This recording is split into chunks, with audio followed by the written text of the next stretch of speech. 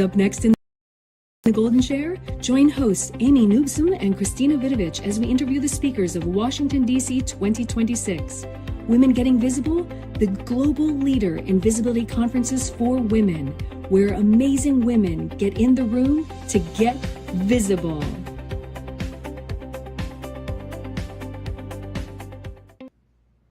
Yay! I am so excited about today's podcast interview at Women Getting Visible. I'm Christina, visibility strategist. And I'm Amy Noobson, growth strategist, and we have Deborah today with us, joining us. Yay! Hi, ladies. Thank you for having me. Yes. So excited. Yeah, we're all going to talk over each other because it's amazing to be in the room with these ladies. The energy is always high. True. Yes. How do we start? We don't even know where to begin. It's amazing because there's so much to talk about. Well, go ahead, Amy, you go.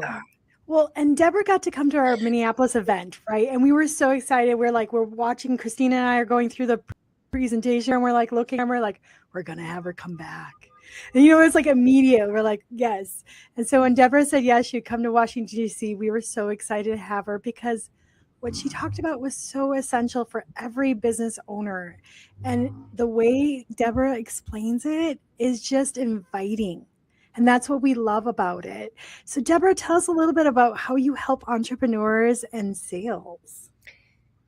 Thank you. Yeah, thank you so much, ladies, for the invitation to participate and share some of my experience and just connect with so many wonderful women. I had such a good time in Minneapolis, really excited about DC.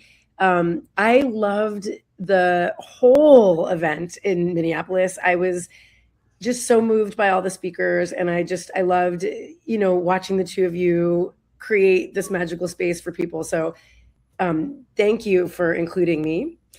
And so the topic that I am focused on helping women with right now, kind of across all the different programs and offers and, my one-on-one clients that I work with, is building a series of sort of energetic truths inside your business so that marketing and sales become sort of second nature, comfortable, easy, and dare I say even fun.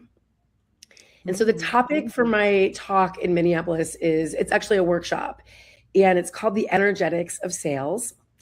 And it's really kind of combining some of the very raw, hard data strategy of what it actually requires to understand, the numbers game of sales with the more inner work, the self-confidence, the self-value, the practice of supporting your own self, of getting to the place where you can confidently and easily share the thing you're working on and expect the best in exchanging value for your work, right? So there's a lot of very sort of strategic things that go into sales. Everybody who's in sales knows this. Like, there are strategic psychological triggers that get people to think about buying and open up their wallet.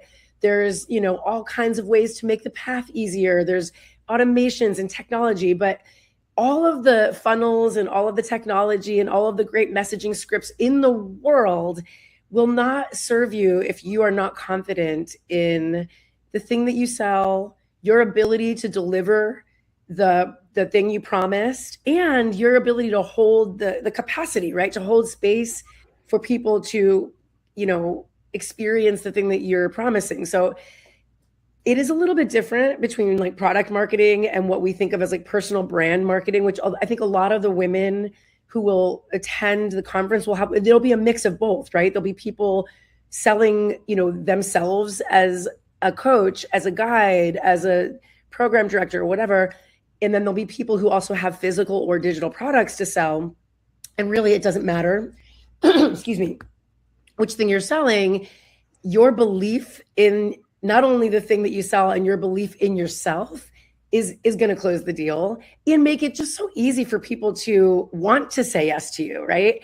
And so we can eliminate so much of the difficult stuff that goes along with sales when we put energy and time into our own self-value, our own self-care, and really build self-worth through confident practice, practicing sales, practicing conversations. It's really just having conversations and getting really comfortable saying what you do and how it helps, and embodying, right, the transformation conversations, embodying the saying the numbers. Like, the numbers are just numbers. It's just energy. So in the workshop, we're going to talk about that a little bit more. We'll do some exercises that help people really envision how their specific thing they sell is bigger and more impactful than they might be imagining it to be. Just kind of really fleshing out like what is possible when you eliminate some of those self-inflicted barriers.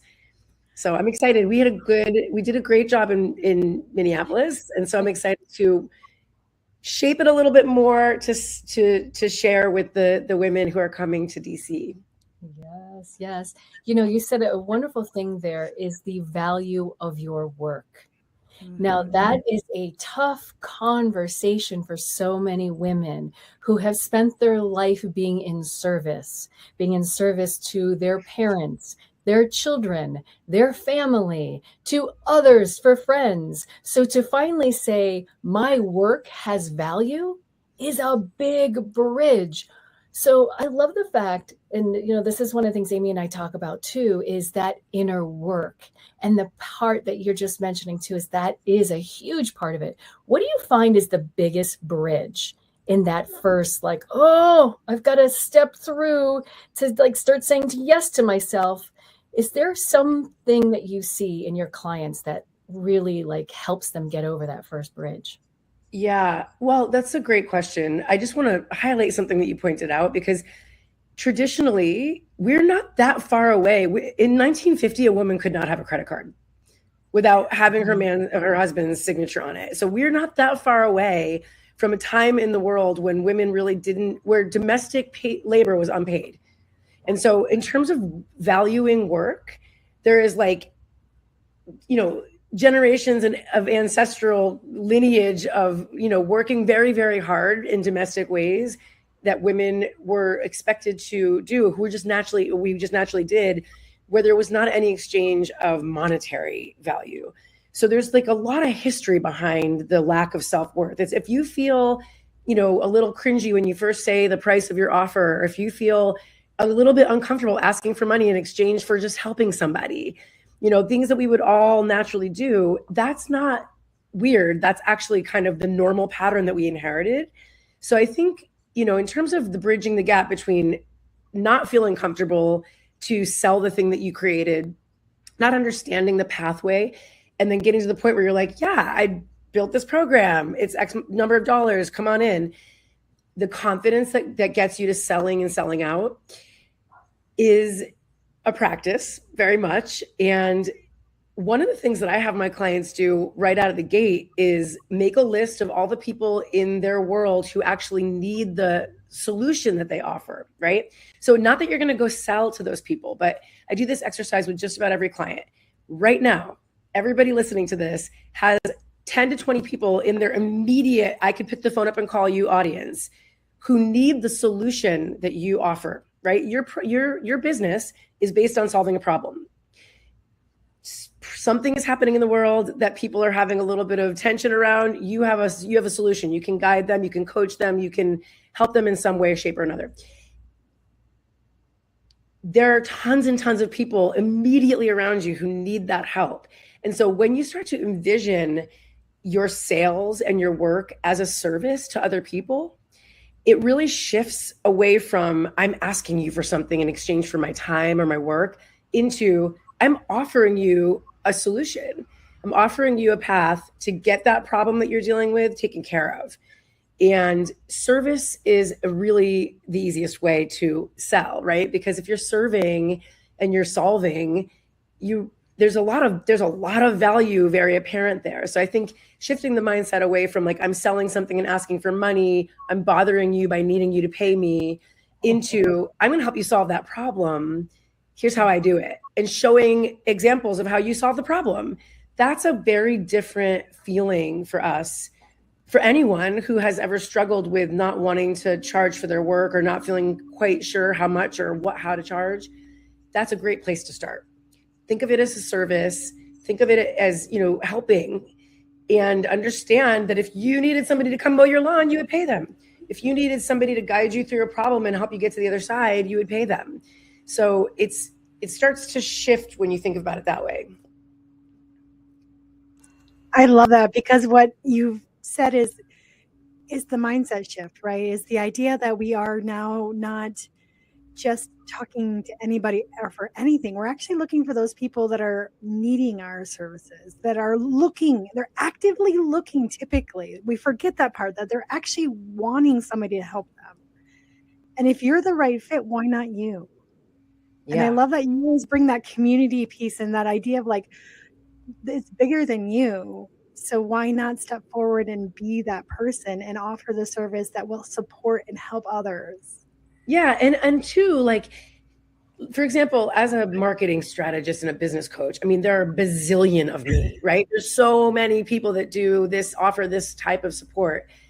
However, this is a great exercise, and I love some of what you ladies shared in Minneapolis with like really fleshing out stories about your own lived experience.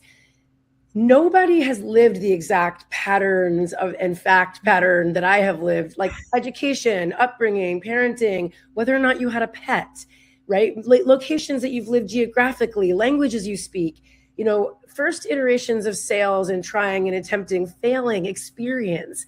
You really can't, like, no two people are the same.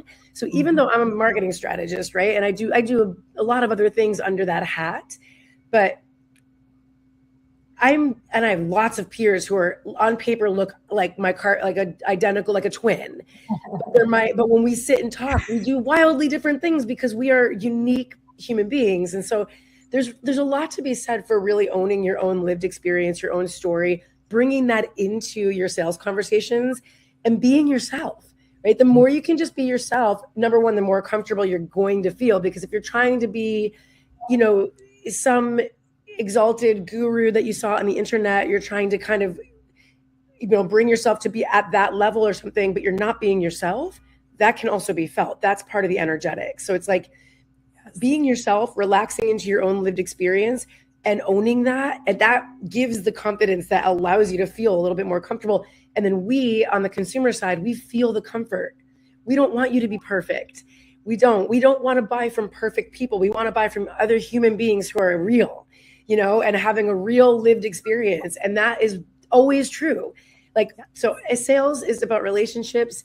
Relationships are about trust, and trust is about being real and being yourself. And I actually think it's getting to be even more sort of, we're in a really interesting point in time, right? Because there's so much AI and it's so easy to see it now, right? And actually, there's so many fabulous applications for AI. So this is not to say there's right or wrong. It's just in the observation of how we present ourselves and how we come across. The more you can just be like flawed and imperfect and real, sort of the more we love you, right? Because you're like, oh, it's a real human being. And I think that's going to make sales even easier as we progress into this next sort of like humans versus robots phase of the world, like the next decade, right? We're not quite there yet, but I think practicing self-care, practicing self-worth, self-value, storytelling actually becomes such a powerful component of your sales plan. Yes, I love that. The other thing I would add to it is stop apologizing. If you're in a presentation, maybe you're a little bit like something's gotten you off track or something, don't apologize. Just take a moment, pause, keep going. I've seen people who are like, I don't really know. I'm so sorry. I'll think about that. Like, oh, take the power back and go, that's a really good question. I'll do some research and get back to you about it. Don't apologize in your sales conversations. That's the other thing I've learned. And it was a hard thing for me because I was a natural apologizer. I'm like, oh, that's my go-to response. And I'm like, no. Yeah. I think you're so right too. Like, so much of the power and the confidence that we express is verbal. And if we can slow down and really kind of choose words that hold the container, right? Even if you don't know something, you can say confidently, I don't actually know that exact answer, but I'm going to get back to you in a way that feels like I'm going to own this and take responsibility. It's interesting. I'm reading, maybe you ladies have read this book, but I'm reading The Big Leap by Gay Hendricks right now. And the entire book is about how all of us, every one of us, upper limits ourselves. Like, we have a capacity that is sort of, it's the result of all our lived experiences. And so just about everyone, even the highest earners, even millionaires and billionaires, there is a point at which we reach this sort of like cap where we are, where we reach our comfort ceiling, and anything beyond that is vulnerable and feels really uncomfortable. So we have to push ourselves to expand in order to have experiences beyond this, like this upper limit. And in the book, he talks a lot about, like, there's so many levels of it, right? So when you're in the beginning of a sales conversation, the first couple of times that you try selling something on the internet, especially, the internet is the craziest place. Like, you're going out there to, like, literally globally billions of people. You don't know who's going to see your post. Like, it could be the people in your little bubble, but it could be anyone, because it's the internet. And so you really are rolling the dice sometimes when you post things on the internet, like about, your sales messaging. You might totally flop. You might get 0 likes, 0 views or whatever. And that could be, a hit to your confidence. Or you could look at it like, I'm a brand new salesperson on the internet. I'm just going to keep on punching away at this until somebody responds, and not let that, and push past the upper limit, right? And then you start to get to the place where, like, okay, I know how to sell programs. I know how to get hired. I've got contracts, onboarding. Maybe you're like a little more established. Now you have a capacity for what you think is possible. And like, you hear all kinds of people say, like, oh, I want to make 10K months, or there's all these catchphrases about like how much money should be normalized. And those are also limits, right? Because you're saying 10K months. Well, why not 100? We're just limiting ourselves with these boundaries that we put up. And it's good to have goals, but I would caution everyone to think beyond them. Like, how much bigger could your goal get? How much juicier could it be? How much better could it get if you just truly believed in what you were doing, and you truly just viewed it as a service and did not limit what was possible? And that's, it's really hard to do. Like, I'm finding myself catching myself all over the place, being like, oh, I'm doing it there. I'm upper limiting myself there. I'm upper limiting myself there. And so it's a practice, right? We have to show up and keep on trying and practicing. Yes. And I couldn't say that better myself, that you just said there. It's that showing up and practicing, and that believing in ourselves and getting that support. And I think that is one of the beautiful things that when women join us in the room, that they're going to find is that support. So Deborah, if you had to nail it in one sentence, yes, I'm challenging you right there. Yes, the sentence about why someone should join us in the room for Women Getting Visible conference, what would it be from your experience? I truly believe if you decide to join us in DC, you will leave feeling completely transformed in the following way.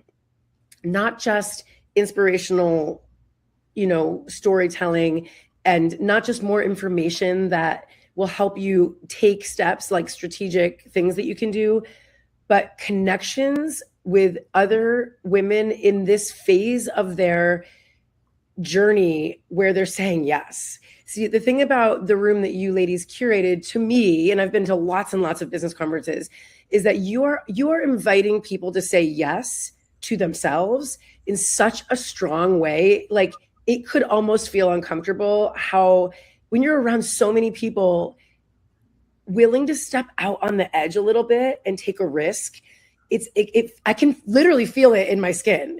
Like, it's like when I was watching so many of the women step up to there's an open mic portion of this event where any and everyone is welcome to try to speak. And that blew my mind, because number one, it's just an invitation to get vulnerable. It's truly an invitation to take a public risk. But no matter if you flop or if you fly, you will be changed. And I didn't get on that mic. Because I had been a speaker and I was, I had to leave for the airport, remember? But I felt shifted watching those women. I watched them stand up and try a new thing for the first time. And I was like, this is amazing. So that alone, I think, is really worth the price of admission, which is unbelievably valuable. And at this moment, I think, one of the most affordable high ticket offers out there. Like, it's like you guys have it's an amazing event. I'm really excited to be a part of it.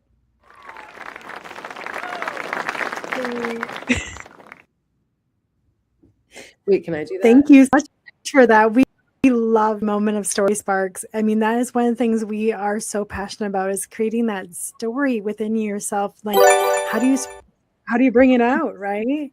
I love it. And I'm so glad that touched you. It is amazing. Like, even if you don't go on the stage yourself, how it touches your heart in a way, watching the women do that, because you know how hard sometimes it is to get up on that stage and share something new and vulnerable. I would also add that beyond that one activation and all the amazing speakers that were there was a lot of opportunity to truly connect. And I just think that's so important. I've been to conferences where it's just like speaker, inspiration, information. And at the end, you're like, I feel exhausted. I want to go lay down. I don't actually even have the energy to like go out to dinner and network.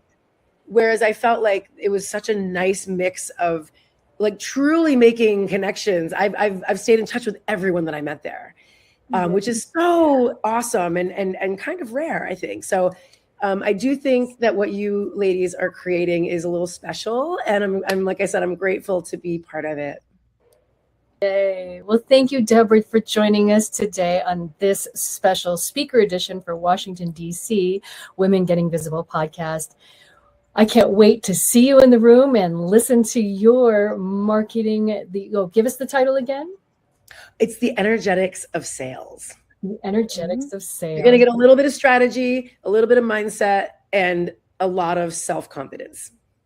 And there we go. And who doesn't need that in their sales, practice, right? So we're so excited to have her in the room and join us. If you want to hear more from Deborah, come to Washington, D.C. and be in the room with us. Yes, come with us. I'm Amy Noobson, growth strategist, and we have a wonderful day. Who's up next in the Golden Share? Join us for Washington, D.C. 2026 and find out. Women getting visible! Women getting visible! Voice, value, and visibility. Get in the room with women getting visible.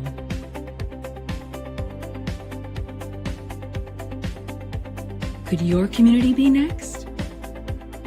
Partner with Women Getting Visible to create extraordinary opportunities for women in your community.